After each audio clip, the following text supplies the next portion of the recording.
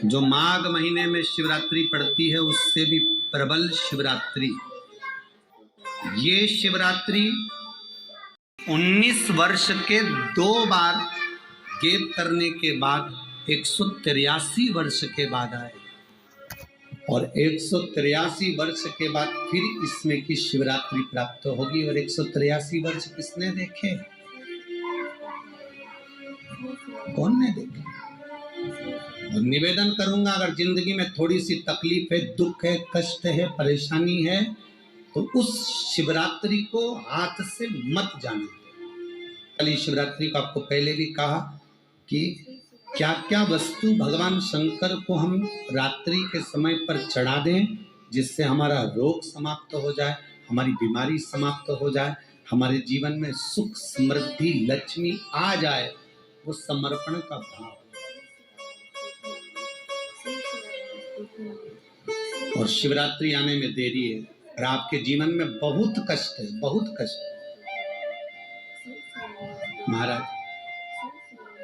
5 कमलगट्टे, 5 बेलपत्र तांबे के लोटे में जल भरकर रख लीजिए।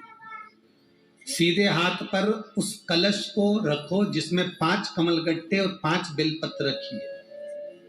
श्री शिवाय नमस्तुभ्यम शिव महापुराण का मूल मंत्र है, जैसे भागवत का मूल मंत्र है ओम नमो भगवते वासुदेवाय। शिव महापुराण का मूल मंत्र है श्री शिवाय नमस्तुभ्यम। इस मंत्र का 5 बार स्मरण कर कर आपको जो तकलीफ है उसको हृदय चित्त से धरकर मस्तक से कलश को लगाकर किसी एकांतेश्वर महादेव पर, एकांतेश्वर महादेव मतलब अपने गांव से, नगर से, शहर से जो बाहर खेड़े में हो, बिल्कुल बाहर, जिस शिवलिंग पर कोई पूजन करने ना जाता हो, एकांत में बैठे हो, जंगल में बैठे हो, कहीं किसी वृक्ष के नीचे विराजमान हो, ऐसे एकांतेश्वर महादेव पर अपनी कामना कर कर वो जल समर्पित कर दो। 1 बेलपत्र, 1 कमलगट्टा उठाकर अपने घर पर लेकर आ जाओ। जो तकलीफ बहुत ज्यादा हो रही है 5 दिन में आपको मालूम पड़ जाएगी। 5 दिन में अंतर है। शिव का अनुमोदन करो, शंकर का स्मरण। महाराज ये अश्विन का जो अधिक मास है 183 वर्ष के बाद वापिस आएगा। योग, ये योग पहले मिल जाता 19 वर्ष में, पर अब मिलेगा 183 वर्ष।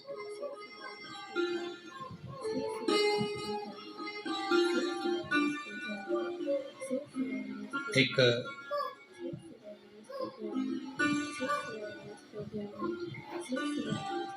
मंदिर में जब दीप प्रज्वलित करो, उस समय पर जब मंदिर में दीप लगाएं और मंदिर में जब दिया प्रज्वलित करें, अगर गोल बाती है तो वो तो दिए के बीच में ही होगी, फूल बाती है तो वो दिए के बीच में होगी। और मान लो अगर लंबी बाती लेकर गए हो, लंबी बाती को लेकर पहुंचे हो, तो अगर दीप लगा रहे हो, कामना रखकर लगा रहे हो कि मेरी ये कामना है, तो वो दीप का, बाती का मुख अपनी ओर रखना, पर कोई कामना नहीं। हम भगवान को केवल इसलिए रिझा रहे हैं कि मेरा भोलेनाथ मेरा भंडार भरे और मेरे घर में सुख समृद्धि दे। तो दीप की बाती का मुख भगवान की ओर होना चाहिए कि हमने तेरे भरोसे पर छोड़ दिया। अब हम किसी से नहीं पूछेंगे कि हमें क्या करना है, ये दीप की जो बाती का मुख है वो आपकी ओर है। अर्थात मेरा जो जीवन है, मेरा जो संपूर्ण परिवार है, मेरा जो कुटुंब है, मेरा जो कबीला है, मैं जिस घर में निवास करती हूँ, मैं जिस घर में रहता हूँ, उस घर का संपूर्ण कारभार सब तुम्हारे भरोसे पर है। तो बाती का मुख कहाँ हो गया? भगवान की ओर हो गया। बाती का मुख फिर भगवान की ओर।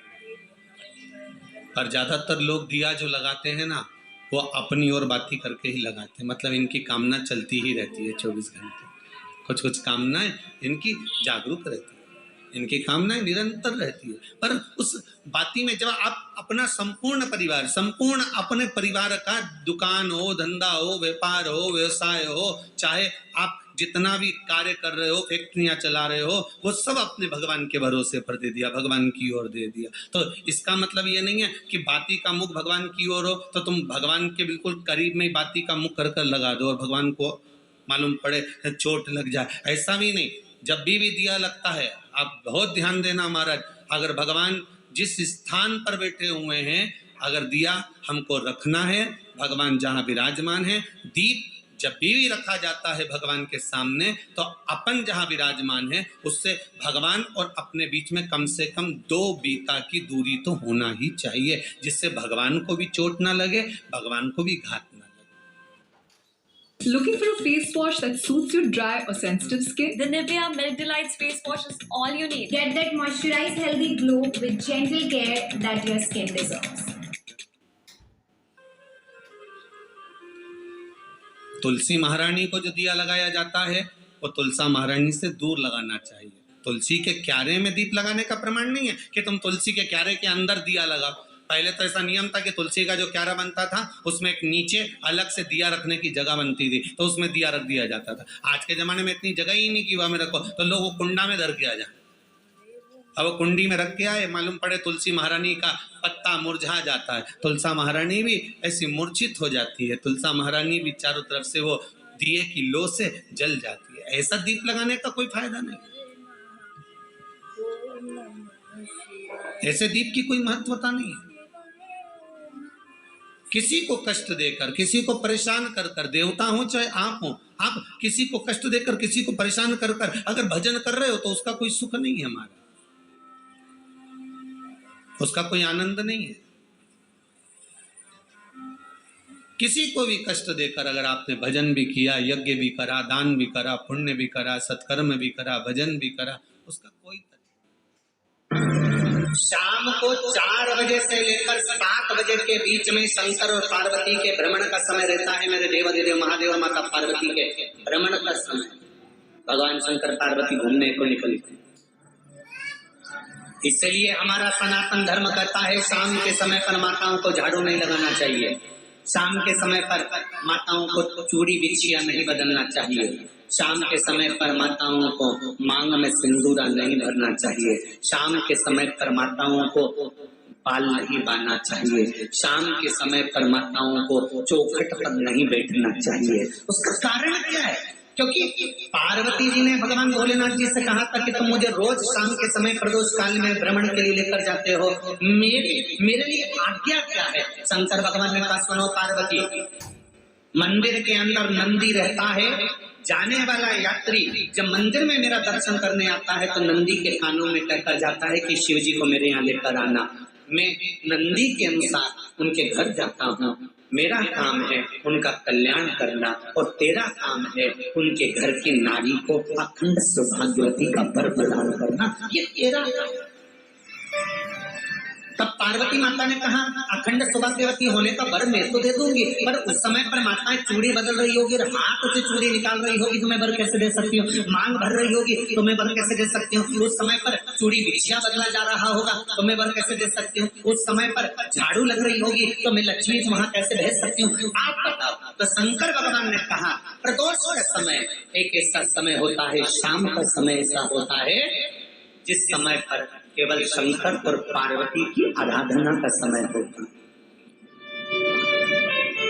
हम तो कई लोगों से कहते हैं अगर आपके यहाँ संपदा नहीं आ रही है, बहुत मेहनत कर रहे हो, फल नहीं मिल रहा, कहीं नौकरी, कहीं सर्विस या कहीं व्यापार या व्यवसाय में कहीं तकलीफ आ रही है, हम सबसे कहते हैं शाम का समय पकड़ लो, शंकर जी के मंदिर में दिया लगाना प्रारंभ करो।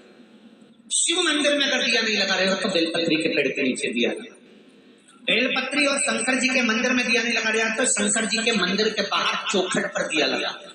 इतना भी नहीं कर सकते तो अपने घर के बाहर अपने द्वार पर दिया लगा दो और शंकर जी के नाम का श्री शिवाय नमस्तुभ्यम बोलकर शंकर भगवान को याद कर कर अपनी कामना कर कर बाबा का स्मरण कर कर पंचाक्षर मंत्र नमः शिवाय, षडाक्षर मंत्र ओम नमः शिवाय, द्वादशाक्षर मंत्र ओम नमो भगवते वासुदेवाय, जो मंत्र तुमको याद है उसका स्मरण कर कर लक्ष्मी हो चाहे नारायण हो चाहे राम हो चाहे कृष्ण हो, स्मरण कर कर शाम के समय बाहर दिया लगा दो, दरवाजे के पास लगा दो, कुछ सुनेगा जरूर, आएगा उसका वेलकम जरूर होगा।